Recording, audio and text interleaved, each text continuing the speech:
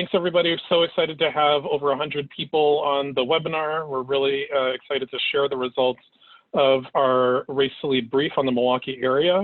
So my name's Sean Thomas-Breitfeld. I'm co-director of the Building Movement Project. And though I am based in New York, I'm a Milwaukee native, graduate of Rufus King High School. So I'm really excited to be able to share these results with folks from my hometown. Tessa Constantine, who is our research analyst, is herself based in Milwaukee. So as a national organization, we're really excited to be able to share these local results. So we go on to the next slide. We'll just review today's agenda. Oh, sorry, some quick reminders about Zoom. So this is, we're using a webinar format. So the only people who are visible are the BMP staff who are presenting, as well as our panelists. So attendees are not visible, but you as attendees can use the Q&A function to send questions. I will be, if there are tech issues, those will be able to be addressed by my colleague Catherine Foley, who's identified as BMP admin. We would invite people to submit questions. We will be doing a Q&A twice over the next hour. And also the webinar is being recorded. A recording of the webinar will be posted online. A transcript of the webinar will be posted online. And the slides will be made available as well. So, you know, there will be a lot of resources coming out of this hour in case there are things that you want to go back to and learn more about or use for your own discussion in your organizations in the Milwaukee area. Next slide. So we're going to start with a review of the findings by my colleague Tessa, and then we'll do a pause for some clarifying and data questions, and then we'll have this panel discussion. And I'm really excited to have Meralis Hood, who is the Executive Director of City Year Milwaukee, Dr. Undraye Howard, who's the Senior Director of Senior Director at the Alliance for Strong Families and Communities, with primary responsibility around their internal diversity, equity, and inclusion efforts. Really excited to have him here. And then Ashley Lee, Executive Director of Public Allies Milwaukee. We'll have a little bit of cross-cutting conversation between the panelists, and then we will also open it up for Q&A at the end. So please stay on and keep just submitting questions. I'll be tracking the questions and we'll be posing them to the panelists when we get to that section of the call. So I'm going to then have us look at the next slide with just a very brief background on who BMP is. We're a national organization. We do research on the nonprofit sector in these three main areas. We look at leadership, particularly issues of race and equity in nonprofit leadership. We also look at how human service organizations can and should be doing social change as a core part of their work, and doing that in a way that involves constituents, community, and organizing as a key strategy for changing the underlying issues that make it necessary for people to come to our organizations for support. And then we also look at movement building, how organizations collaborate and build power together to make bigger change collectively. And so that's a little bit about BMP, and the Race to Lead project is something that we've been working on for several years, focused on what we've called the nonprofit racial leadership gap in the nonprofit sector, basically the recognition that there are far too few leaders of color in the nonprofit sector, and we were really trying to understand why that was. And so the Race to Lead survey is one that we did in 2016, and then we again surveyed in 2019. And in 2019, over 5,000 respondents nationally, and we ended up having a critical mass of respondents in the Milwaukee area, which made it possible to produce the brief that was released yesterday that you all would have received a link to with the reminder email about today's webinar. And so I do encourage people to read that full brief, and also want to invite my colleague Tessa to provide some of the key findings from the report so that everyone can sort of get up to speed on what we learned from the survey. Tessa, can you take it away? Absolutely. Can everybody hear me okay? Sorry about the technical difficulties today. Yep. Okay, perfect. Thank you so much.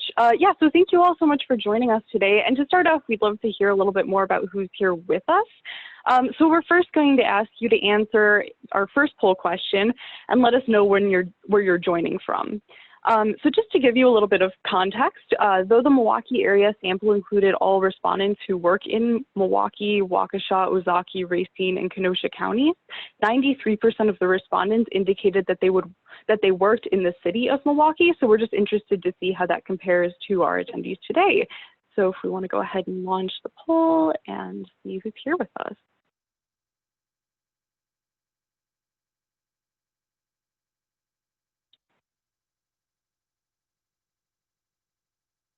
And I'm not able to see the results. So Sean, if you're able to, tell us who's sure, yeah. Today. Yep, so 66% of the folks who have joined are identified that they're joining from the city of Milwaukee, 18% from the suburbs in Milwaukee County, 5% from surrounding counties in southeastern Wisconsin, and then 11% are from outside of the southeastern Wisconsin area. Okay, great. Well, thank you all so much. It's great to have you all here with us, and we'll go ahead and start on some of the details about the report.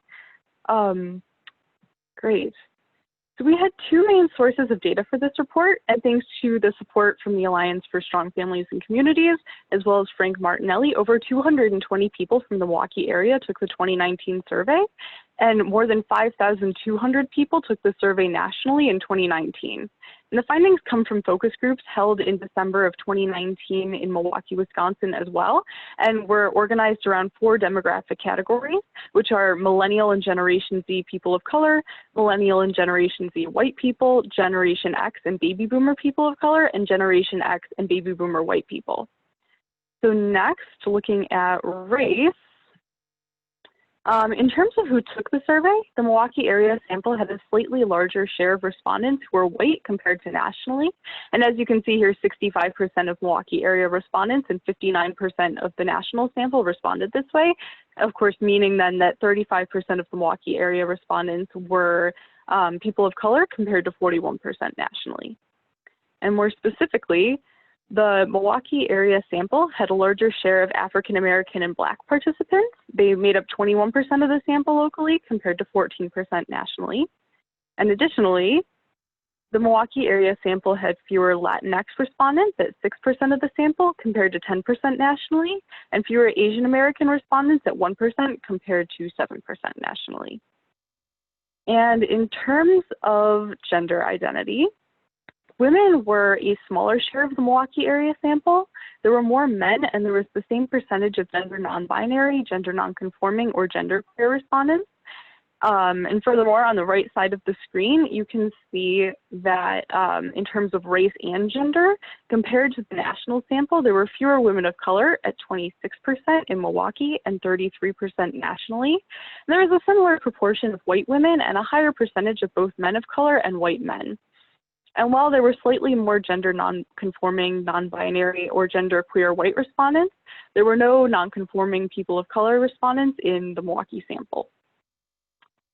All right, continuing on, the subsample of respondents from the Milwaukee area differed from the national sample in terms of age and generation, with a smaller share of Millennial and Generation Z respondents locally, while Generation X was a slightly larger portion of the population locally, and Baby Boomers were about a similar share between the two samples. And in terms of education, the vast majority of survey participants in the Milwaukee area and nationally had at least a bachelor's degree. Over 80% in both Milwaukee and the national sample said that this was the case, and this was also true for both people of color and white people.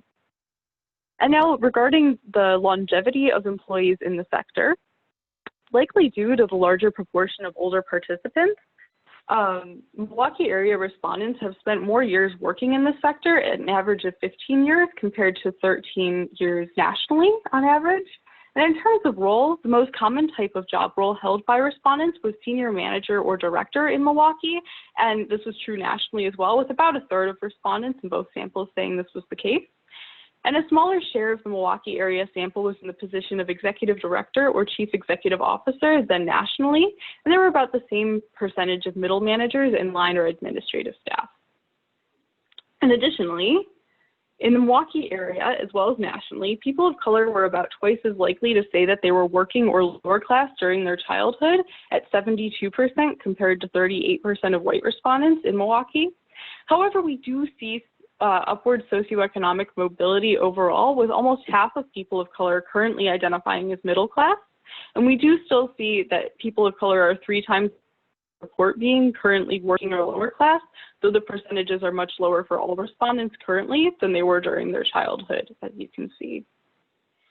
And also regarding finances, though there were no large differences in salary across race, we did find differences in who received raises. So white respondents nationally and locally were more likely to receive cost of living raises and performance-based raises than their people of color counterparts. And while we see that Milwaukee area respondents fared better than national respondents in receiving performance-based raises, we still see that people of color were less likely to receive this additional compensation. All right, and now given all of that, we're going to move on to some of our key findings. So now I'm going to show you some key findings from the survey and the focus groups, which will cover aspirations to lead, supports and opinions on respondents' workplaces, and the effectiveness of DEI efforts. And to get all of your perspectives on how the Milwaukee nonprofit sector is faring, we're going to launch our next poll question, which asks, do you think initiatives to support leaders of color in Milwaukee are better, worse, or the same compared to the national nonprofit sector? And then Sean, I'll turn this over to you whenever that's ready for the... Yep, we're just waiting for a few more people to vote. Perfect.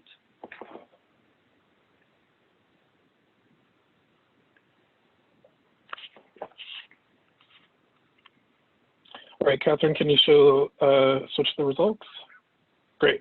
So we have a slight majority saying that things are worse in Milwaukee than the national nonprofit sector, with 54%, 42% saying that things are basically the same, and then a very small proportion of 4% saying that initiatives to support leaders of color in Milwaukee are better than what's happening in the national nonprofit sector. So thanks so much for weighing in there. I think that creates an opportunity for something for the panel to be thinking about and responding to as we move into that portion of the webinar as well. I'll turn it back to you, Tessa.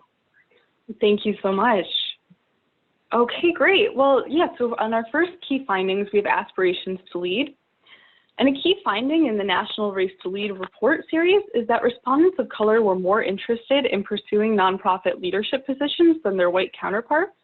And a similar pattern was found in the Milwaukee area as well, where more respondents of color aspire to nonprofit ED or CEO roles than white respondents in the area. Half of respondents who were not already executive directors or CEOs wanted to be one someday, compared to 35% of white respondents. And of course, we do think it's important to note leadership aspirations of people of color and how the sector can work to be more supportive of these. And respondents of color reported barriers to accessing these executive roles, notably regarding the impact of race on their career advancement, which we can see on the next slide. About 2/3 of white respondents in Milwaukee and nationally said that their race had a slightly or very positive impact on their career advancement. However, people of color were far more likely to say that their race had a slightly or very negative impact on their career advancement. And this was even more prevalent in the Milwaukee area sample, in which people of color were 9 percentage points more likely to say that their race had a negative impact compared to the national sample. And further illustrating the nonprofit racial leadership gap, on the next slide, we can see that regarding the makeup of organizations, we see that for both leadership and board composition, many people of color and white respondents reported working for organizations with less than 50% people of color in these roles. And this was true in the Milwaukee area as well as nationally. And in both the national and Milwaukee area samples, we also found that white respondents were more likely to work at these organizations, with 80% of white respondents and 65% of people of color noting this for their leadership, and 84% of white respondents and 67% of people of color indicating this for their board of directors. And next, in focus groups in Milwaukee, the discussion of organizational demographics led participants to discuss how to change the low proportion of people of color in leadership roles to shift the data that we've seen in the previous slides here. And one of the topics noted was that older white leaders need to center race equity in their succession planning to change the sector's leadership demographics going forward. So moving on now to our next key finding. Survey respondents were asked about their access to mentors and role models and the importance of social capital and networks in the nonprofit sector. So first, taking a look at respondents' access to mentors, we found people of color in the Milwaukee area were less likely than white respondents to say they had mentors at their workplace, with 45% saying this compared to 65% of white respondents. And there was also a wider gap between people of color and white respondents who said this locally than there was nationally. And people of color were more likely to indicate that they needed these internal mentors as well. And now regarding external mentors, on the next slide, you can see that though a relatively equal percentage of people of color and white respondents indicated that they had mentors outside of their organization, people of color were more likely nationally and locally to say that they needed more external mentors. All right, and now on to the next slide. Survey respondents were asked to rate their level of agreement on a 1 to 10 scale with 3 statements about their nonprofit workplaces. The first being, I would be happy if I worked at this organization 3 years from now. The second, I feel I have a voice in my organization. And finally, my organization offers fair and equitable opportunities for advancement and promotion. So here we show the average level of agreement with the 3 statements for people of color and white respondents. And on all 3 statements, you can see people of color both nationally and locally indicated a lower level of agreement. And first, we see this for the statement, I would be happy if I worked at this organization 3 years from now, where people of color had an average level of agreement of 6.9 compared to an average of 7.5 for white respondents. And on the next slide, you can see that in line with the previous discussion concerning the nonprofit racial leadership gap, people of color respondents in the Milwaukee area had a fairly low level of agreement with the statement, my organization offers fair and equitable opportunities for advancement and promotion. And finally, we can see that though it was the highest rated overall, people of color still agreed less with the statement, I feel I have a voice in my organization, with an average score of 7.0 compared to 7.8 for white respondents. And in the focus group, we also see that concerning not having a voice in their organization, one person of color focus group participant in Milwaukee mentioned only having a voice when someone with power gives them a one, though this was temporary and was often used to make a point rather than share power. And finally, turning on to our final section here on the next slide, our last finding has to do with DEI efforts in respondents' organizations. But before we move on to the data, we're going to launch our final poll question, which is, which DEI initiatives are you currently engaging in at your organization? So if we want to go ahead and launch that, and I'll turn it to you, Sean, for the results. All right, Catherine has launched the poll. You can select multiple choices here. Some of the options are address ways racial inequity, systemic bias impact the issues the organization works on, or clarify that DEI is central to the organization's purpose and reflected in the organization's mission statement. So we'll just give it a few more seconds for people to make their votes to indicate which of these types of initiatives your organization is currently doing.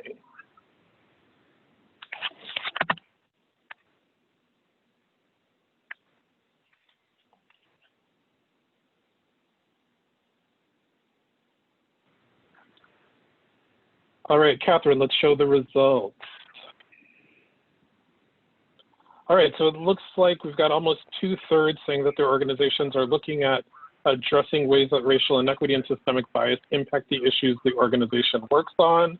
And that looks to be followed by increasing the representation of particularly people of color on boards of directors, and then providing training on equity and inclusion, and clarifying that DEI is central to the organization's purpose and mission is coming up next.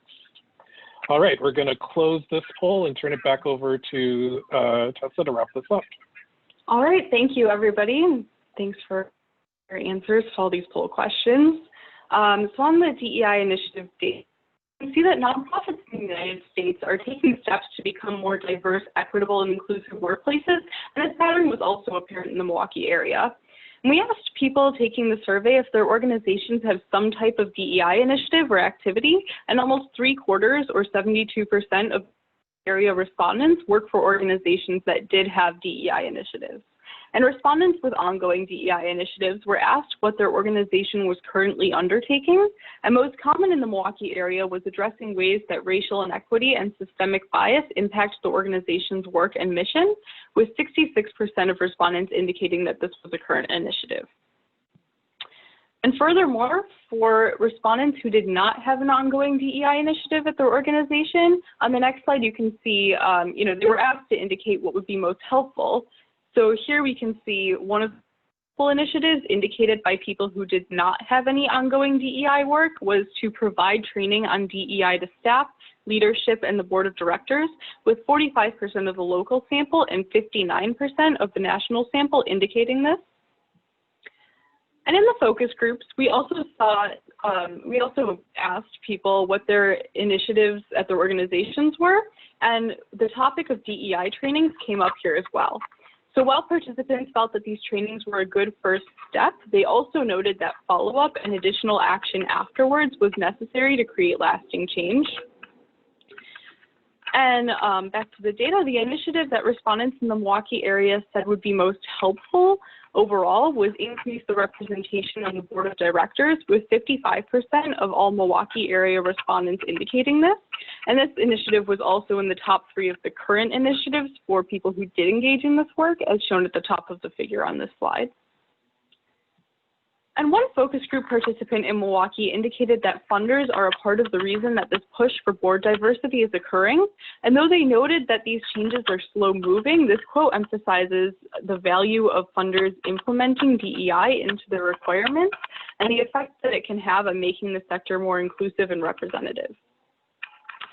So finally, we've identified some opportunities for both organizations in the sector nationally as a whole, which you can see on the next slide here, includes leadership taking a stand, which means assessing the experiences of people of color, ensuring all stakeholders understand the historic structures undergirding racism, creating policies and practices that ensure equity and address racism and other forms of discrimination where it may occur, as well as assuring that leadership, including boards, reflect the community served and that leaders,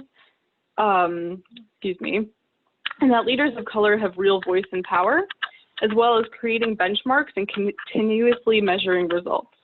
And on the next slide, you can see opportunities for the sector, which include funders financially supporting and scaling up people of color-led organizations, and funders and nonprofits in partnership with each other and the community engaging in systems change work and advocacy to address inequities. Thanks so much, Tessa. Really great to have the insights and findings from the report be reviewed. Just because we got started a little bit late, we're going to go directly into the panel discussion. And so I'm really excited to start the conversation with our panelists. Again, we're joined by Meralis Hood, who is the Executive Director of City Year Milwaukee, Dr. Undraye Howard, who's the Senior Director of Equity, Diversity, Inclusion, and Engagement for the Alliance for Strong Families and Communities, and Ashley Lee, who is the Executive Director of Public Allies Milwaukee. And so as we're talking to the 3 of them, if you have questions for them and or questions for Tessa, we can certainly come to those at the end as well. So please do use the Q&A feature. But I'm going to start us off with Ashley. And Ashley, thanks so much again for joining us. And I'm curious what your response and reaction was, particularly to the data point finding that people of color in Milwaukee were more likely than people of color nationally to report that their race had negatively impacted their career advancement. If you're willing to share, what sort of challenges either have you faced or observed in Milwaukee's nonprofit sector, particularly as a woman of color, and how have you overcome them? First of all, thank you so much for having me. I'm really grateful to be with such an awesome panel today. And I think that's a really big question, and there are so many answers to that question. We encourage leaders of color from Milwaukee to aspire for leadership positions, but we don't intentionally train them to fundraise, nor do we educate the philanthropic community to adjust their expectations about folks who aren't raised in or birthed in or like trained in or mentored in the philanthropic network. And one of the data points from the report that was really staggering to me was like the amount of folks of color who are in leadership positions who like came from poverty or are very connected to the issue. And I think it's really interesting that we, people who are connected to the issues, but when we look at like philanthropy and the need for leaders of color to really do well in that space, that is a sector that is not connected to the issues. And so without a doubt, I think being trusted to lead in my city has been the biggest challenge. And I face it as a like multiracial, light-skinned privileged leader. So I think it's really important to note that. I'm a woman of color. I'm a young woman of color, so I've definitely faced that. But I have no idea what it means to navigate the world of philanthropy, and that's something that I've had to learn, and it's been a really steep learning curve. I had a white male colleague once tell me that I had to stop thinking that people with money thought about money the way that I think about money, and that was really good advice, but I don't know how they think about money, you know? And I also have not had access to the spaces that really teach you how to navigate that world. And so I would say that the imposter syndrome as a young woman of color is real, and you feel it every time you have to talk about your organization. And I believe so much in Public Allies and our ability to bring young people of color and young LGBTQ leaders into the foreground in Milwaukee. And at the same time, when I have to talk about this work in the suburbs or in super fancy offices downtown or in the university club, like that automatically puts us in a space where we have to really think about describing the nature of our work outside of our work. And I think that knowing that I'm a strong leader is different from having to fundraise in a world that feels so disconnected.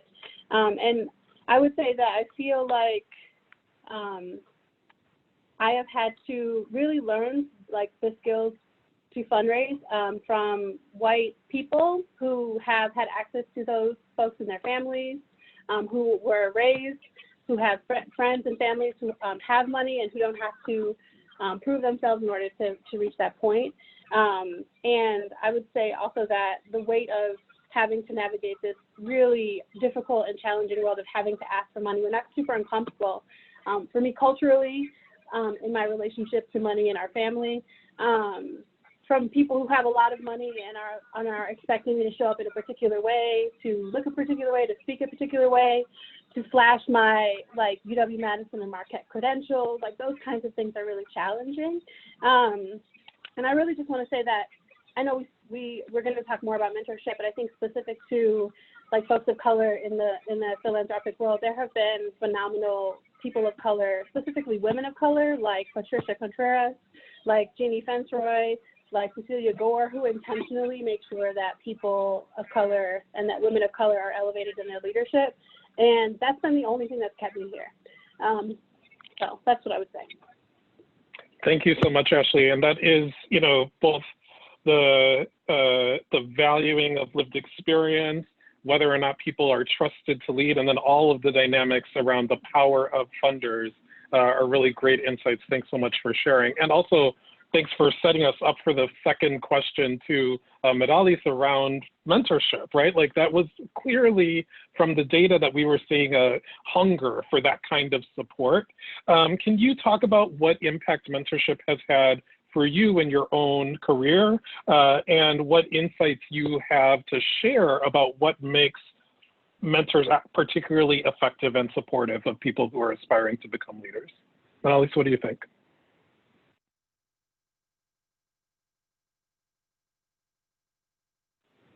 Unfortunately, Meralis, we're not hearing you. Sorry, unmute. I have to unmute. Hi. Thank you so much again for having me. I'll start with what makes mentors particularly just really supportive and really valuable. For me, it's mentors who see you and see you for all that you are and are able to call out the things in you that make you a strong leader.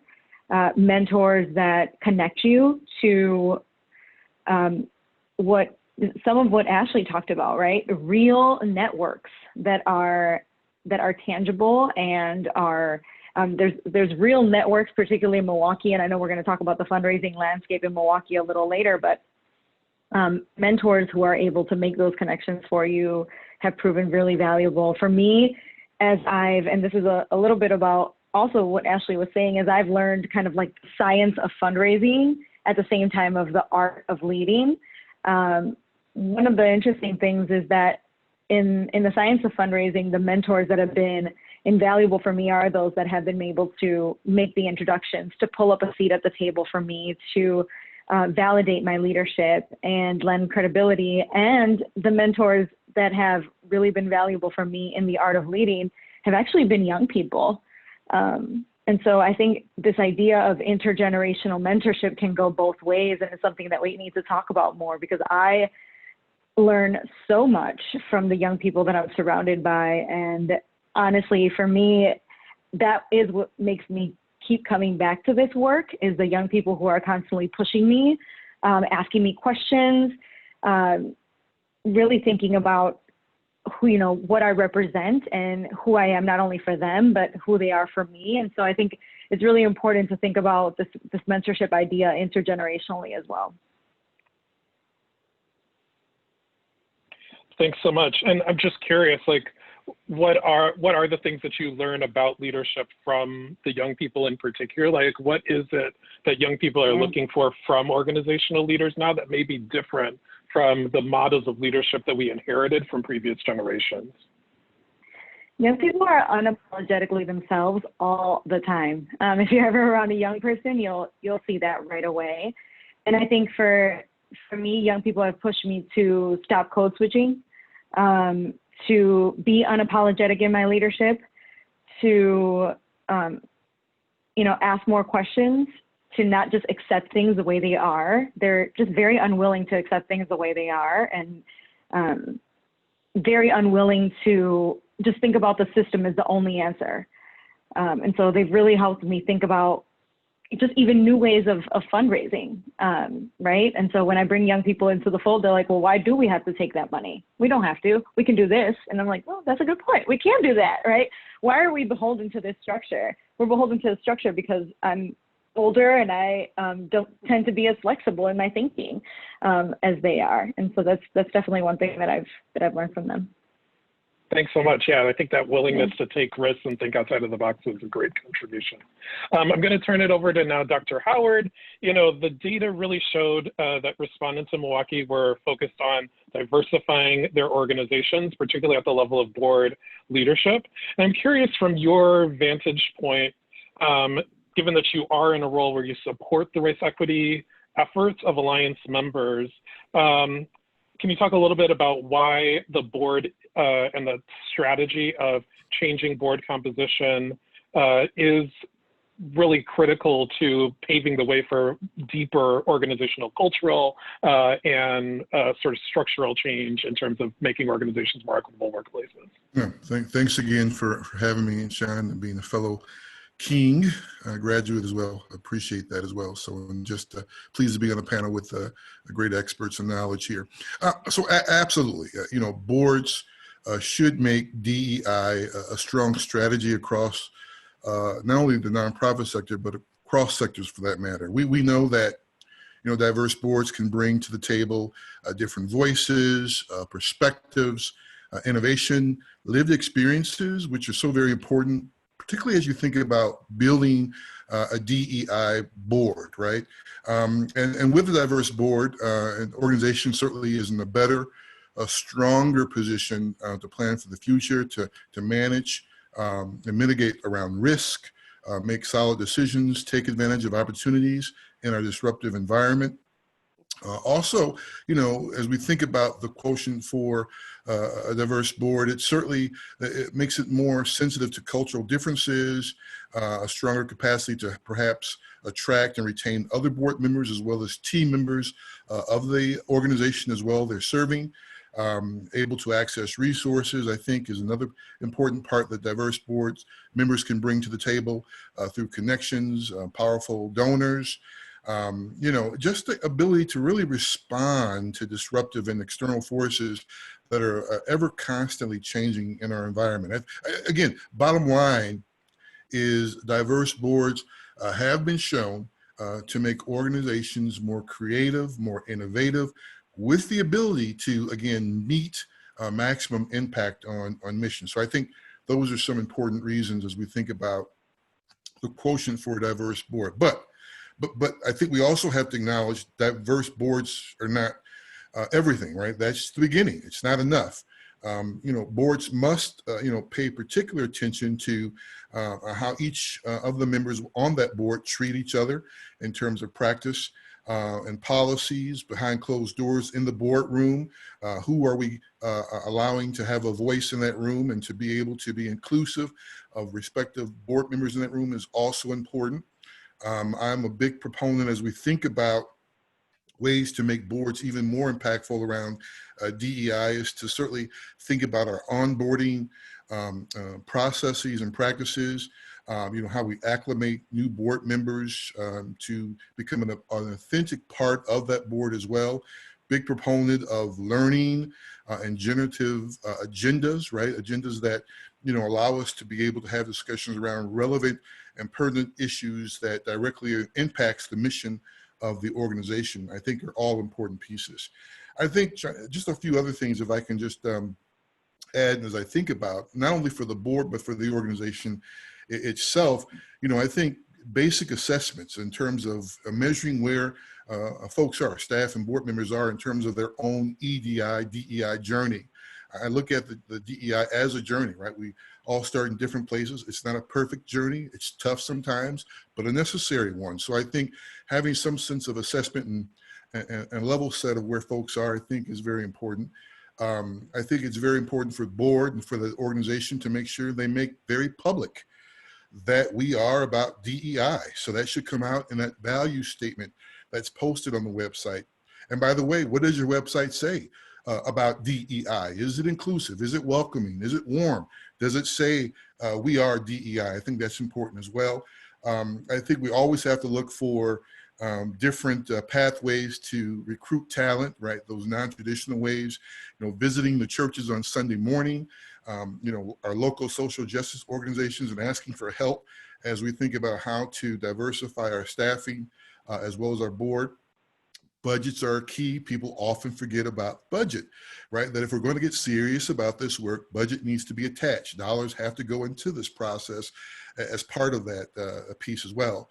And really just becoming that self and inclusive leader, I think, is so important, being aware of that. And it's not just a 9-to-5 kind of thing, and I take off my DEI hat, but I need to live this DEI life even after work is over with, right? On the weekends and in the evenings and those kinds of things. But I think the key is to start the journey, understand the journey is necessary. And I love the plan, right? If anything really solidifies all of this, it's about putting together an impactful and effective results-based EDI, DEI plan as we think about our trajectory moving forward. So those are just a few things I would just add to the discussion.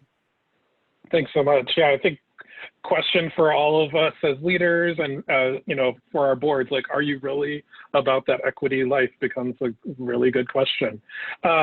So I want to pose a question to all three of you to get us started in some of the Q&A. And I also want to invite, again, people who are joining as participants, submit questions through the Q&A feature. I'll be able to see them and I'll pose them to our panelists.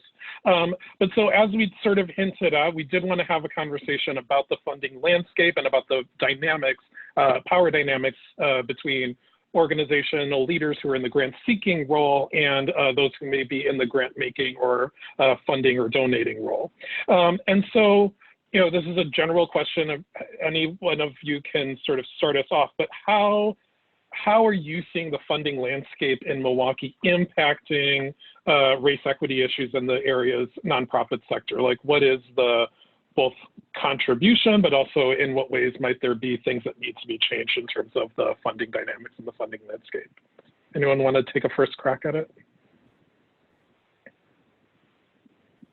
I can start us off. I would say that what's been interesting to watch both between COVID and then also between the uprising and the movement for Black Lives is just the ways that all of a sudden it seems like the funding landscape is more interested in funding mutual aid organizations, which to me, when you think about equity, like I think it's great to fund organizations that are doing work and have staff and like all of that. But one of the most equitable ways to get like resources directly into the hands of people by people who know those people best is through mutual aid efforts like Love on Black Women, like IUTA Mutual MKE, like NACAP Community Bridges is doing a phenomenal job of that. And so I think what's been interesting to watch is how that happens. A lot of organizations are prioritizing DE&I in their mission statements. Undraye, you talk about mission statements, talk about like board diversification, and I think that's great. It takes so long for that to result in a change for people that we're serving, and so I think, so like language is great, but I think if you're not asking like, what do your people say about you? Like, what do the people that you're working with and working for say about how you make them feel like they belong in your buildings or your spaces? I know that there have been some folks in the philanthropic world who are trying to make their spaces more accessible, who are trying to like relocate into different neighborhoods. And I think that's all like really great. And I think we have to take it a step further and ask, like, one, how can we directly fund people who know people, who will just like give people money, because people should be trusted to do what's best for them with the money that they receive. Then I think we should ask, like, beyond our mission statements and our board composition, like, what does our work make people feel like? Thanks so much. Great point. I'll just chime in and say, I mean, in a very hyper-segregated city such as Milwaukee and its surrounding areas, I mean, race is what it is. And as I think about the funding landscape, I think, you know, we've got a number of foundations who are doing some great work in pushing boards and organizations to certainly look at things and deliver programming and to live in a race equity lens fashion. And I think that's important. But I would go a bit further. I would say that if we are truly going to try to achieve population level impact and advance social change around the issue of race, that we need to invest in leaders who are brown and black, period. Who are leading these organizations, who is doing this frontline work. It's important that we certainly think about, you know, supporting them in a real way as they think about it. And what better way, brown, black folks who are leading these organizations, who are leading this work in our communities, folks who have real lived experiences and can give a real lens and a real interpretation of what's taking place and what we need to do to resolve those issues.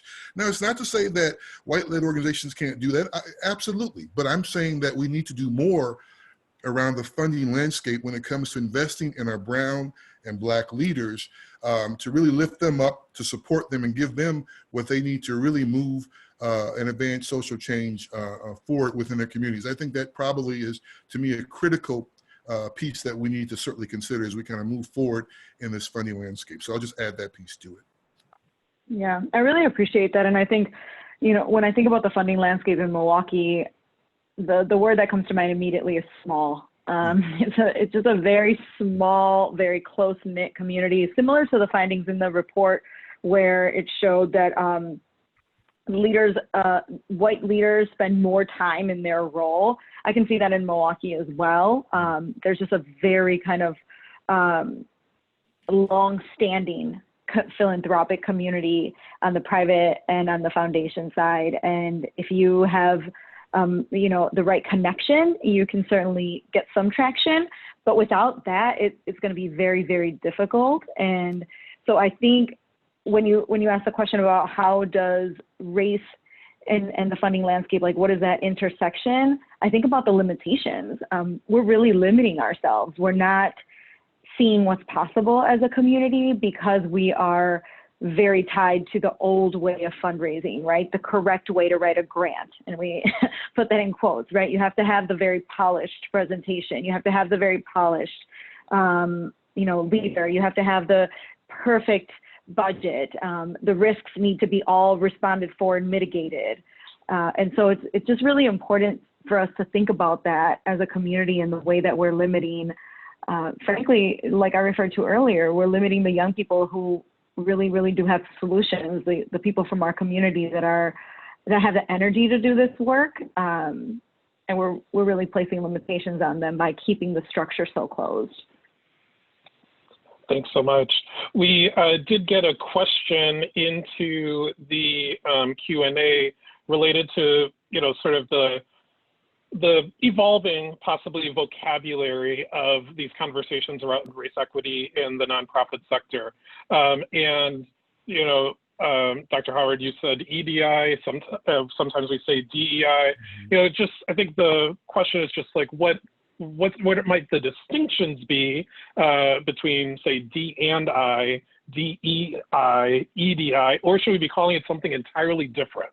If we really want to center equity. So I'm just curious, like, what all of your takes are around, like, how do we think about and talk about the kind of change that we want to be bringing about in organizations themselves, but also in our communities more broadly?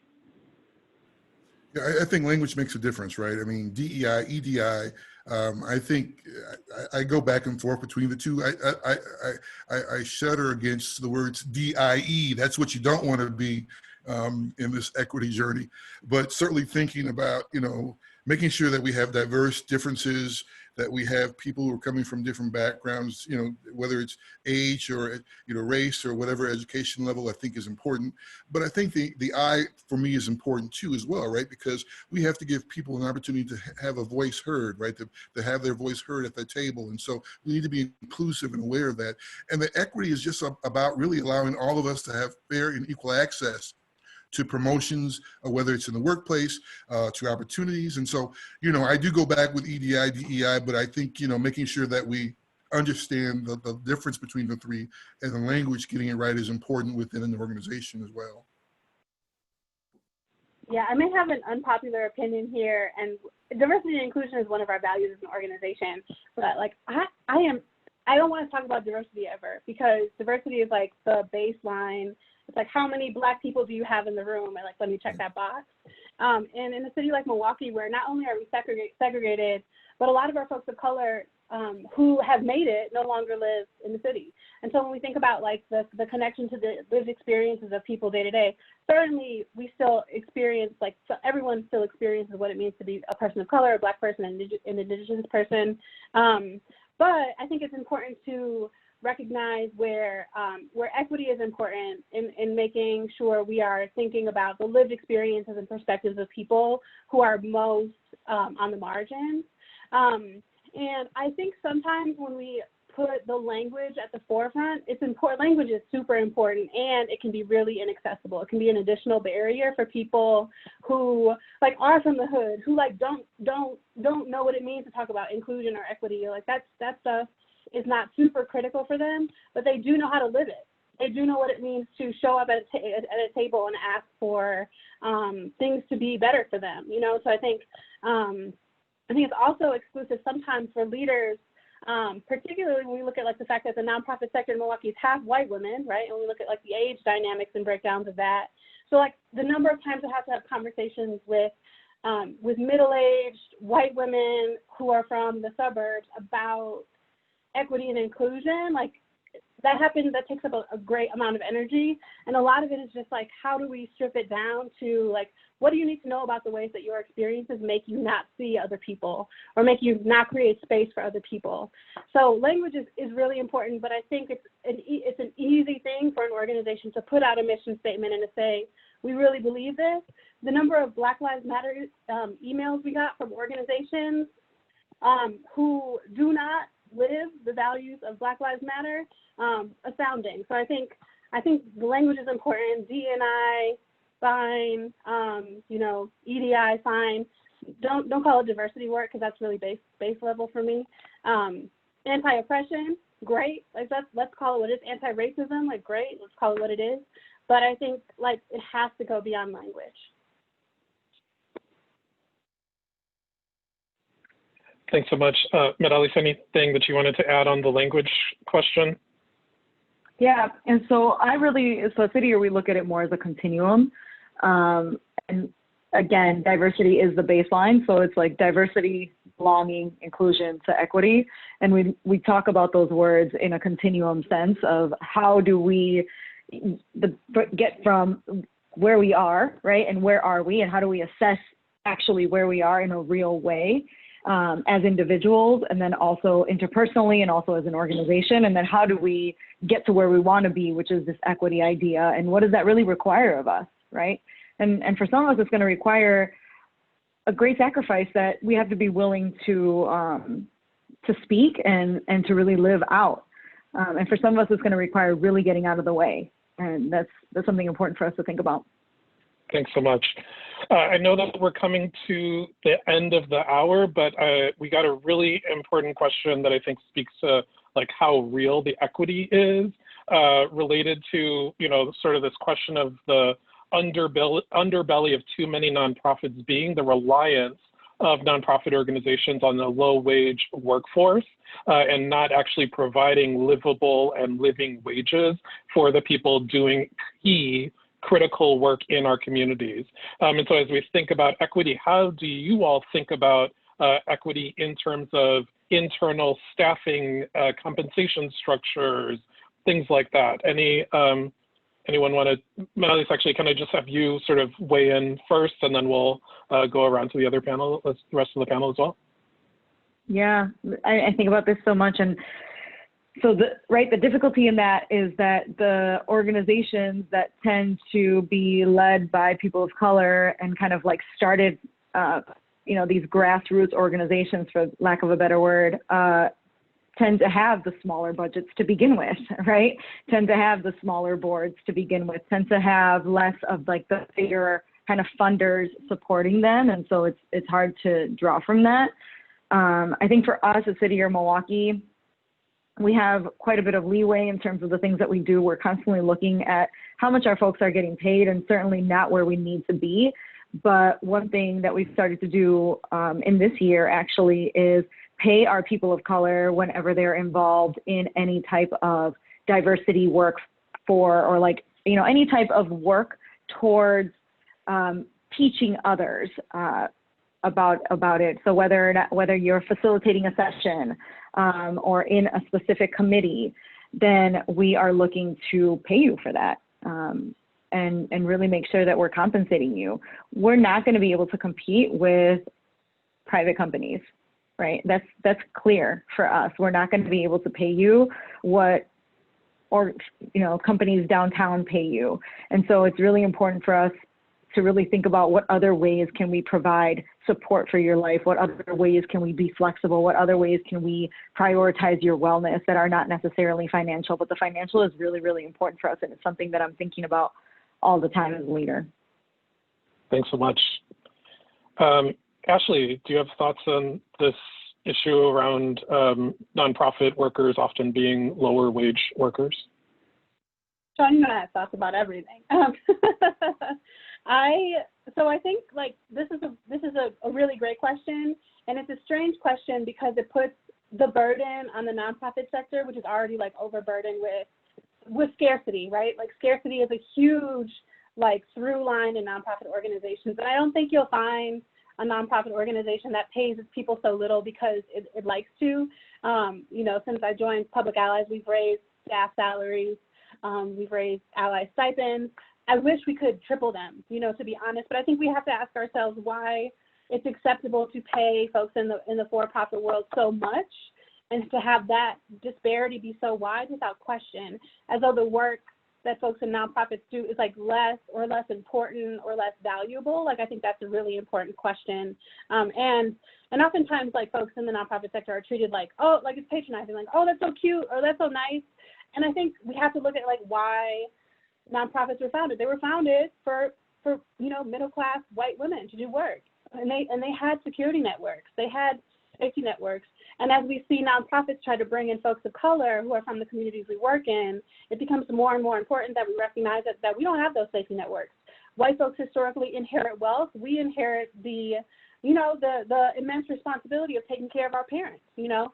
And so I do think it's an important question. I would say we need funders to fund more general operating dollars to be able to do this, because so often we're being funded on like expanding programs, which makes you like add more staff, pay people more, add more, you know, burden, and then there's this constant churn. So I think if there's a way to solve it, like increase the amount of money that you pay organizations for just existing. And there are some funders that do that, but like so few do that. We'll just like give you the money to make sure you can pay your people and take care of them. Thanks so much, Ashley.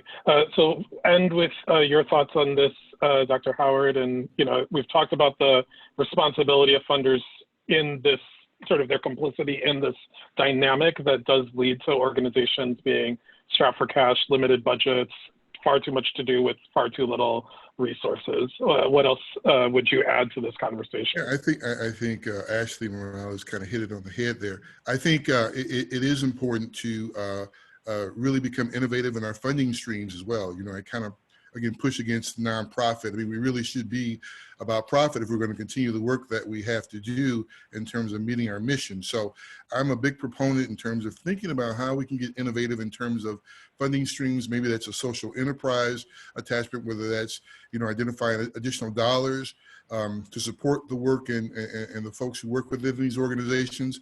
I think it's important to certainly push against our wonderful funders, right? 6-7% overhead administrative ain't gonna do it, right? We need 30-40% to support the talent to make this work happen. And the other caveat to all of this, of course, is that as we think about the work we do in the sector, as a viable career path, a lot of folks are just turned away, especially those we could recruit, persons of color who would love to be able to work in our wonderful nonprofit, you know, human serving organizations, community-based organizations. But looking at it as a viable career pathway, sometimes it is because those dollars are low in terms of salaries and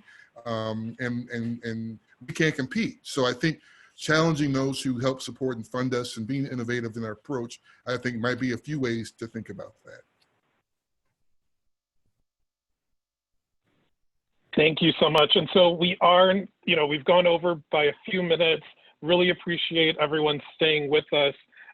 You know, there was one final question that came in that I think relates to this theme, and I think it's something for all of us to think about, right? So the fundamental question was, you know, particularly in the current context and the movement for Black lives and the demand to defund the police, you know, like what might the possibilities be for the sector if that actually were to happen in terms of reinvesting in community-based work and in nonprofit organizations that are doing the kind of work that we all want to see. And so, you know, my hope is that we can also all tap into that possibility, but also support those kinds of demands for systemic change because they're the right thing to do.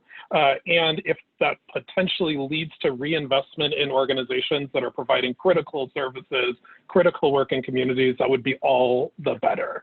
So I just want to thank everyone for joining this webinar and participating in this conversation. And I'll invite the panelists to do like final departing thoughts and appreciations if you have anything that you'd like to add as we wrap up. I'll just start. I'll just say that, again, the DEI journey is real, right? And I invite everyone to start this journey as we think about how we make our sector much more DEI prepared, much more ready, much more able to deliver from a DEI lens. I think it's really critical. The other last piece I'll just say is important to make sure we have all voices in this conversation.